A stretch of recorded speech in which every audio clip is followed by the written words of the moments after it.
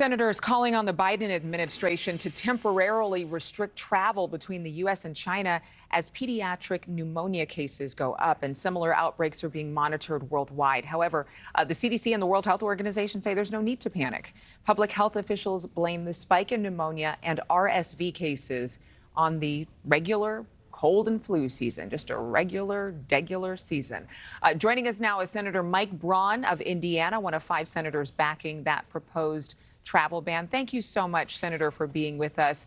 With those words from the CDC and the World Health Organization, even in light of the fact that more Americans are skeptical of big pharma, they're skeptical of these particular health agencies in light of the past few years, why do you think a ban is necessary at this time? I think you can just look back to what was the biggest healthcare crisis in 100 years and how that all evolved. I think that when you're dealing with somebody like the CCP, you even look at trade as an underlying reason. There's so many things that don't make what they say believable, like a handshake deal of some sort. You know, believe us. Look at how long it took, and we never did get to the bottom of the connection between what happened in the lab and COVID-19. So I think here it's very simple. Ounce of prevention's worth a pound of cure. And if we were dealing with someone that was inherently trustworthy, the WHO, World Health Organization, was kind of just a mouthpiece for the Chinese Communist Party. I don't think you can put much credibility there either.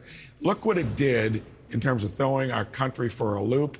We're trillions of dollars in debt due to it.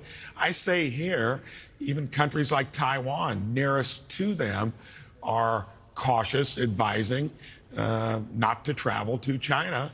Could impact, in this case, the very young as well as elderly. So be careful. I wouldn't take what they say as the truth, and make sure that we don't repeat what we've just gone through. Is this more about just making sure that you are preventative in light of the fact that it seemed as though the extra precaution and preventative measures taken when it came to COVID are now coming to light as somewhat being overreaching, like the isolation and the staying at home? Do you have any concern that the perception will be that you and your fellow Republican lawmakers are overreacting right now? Well, I think in that case, look at maybe how our own government might have overreacted with lockdowns once we got through the understood the science of that disease. It can create so many, I think, unintended consequences. If it does come from there to our country, it was viewed from so many different angles. I think in this case, why don't we just be careful in terms of trying to restrict it from getting from there to here until we understand more about it, and then try to pay attention to the science, not the political science that kind of took over with COVID-19. So yes, that is a point, but in this case, since I think we're dealing with folks you just can't trust what they say, you got to be careful. Yeah, and a lot of people have that same perception of China right now, especially in light of so many red flags when it comes to espionage and attempts at really blocking some of our efforts with Taiwan, as you mentioned. Senator Braun, we appreciate your time. Thank you. Have a great day. You're welcome.